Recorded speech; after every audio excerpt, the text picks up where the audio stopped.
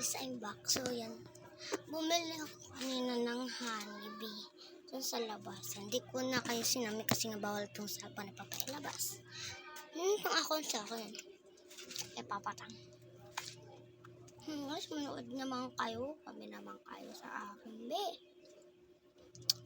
Kasi nga po, ito po pala. Pinili ko sa labasan. Yan.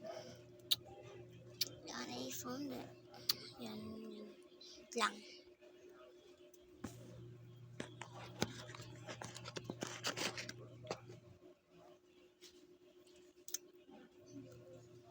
Gagawin kong bilog.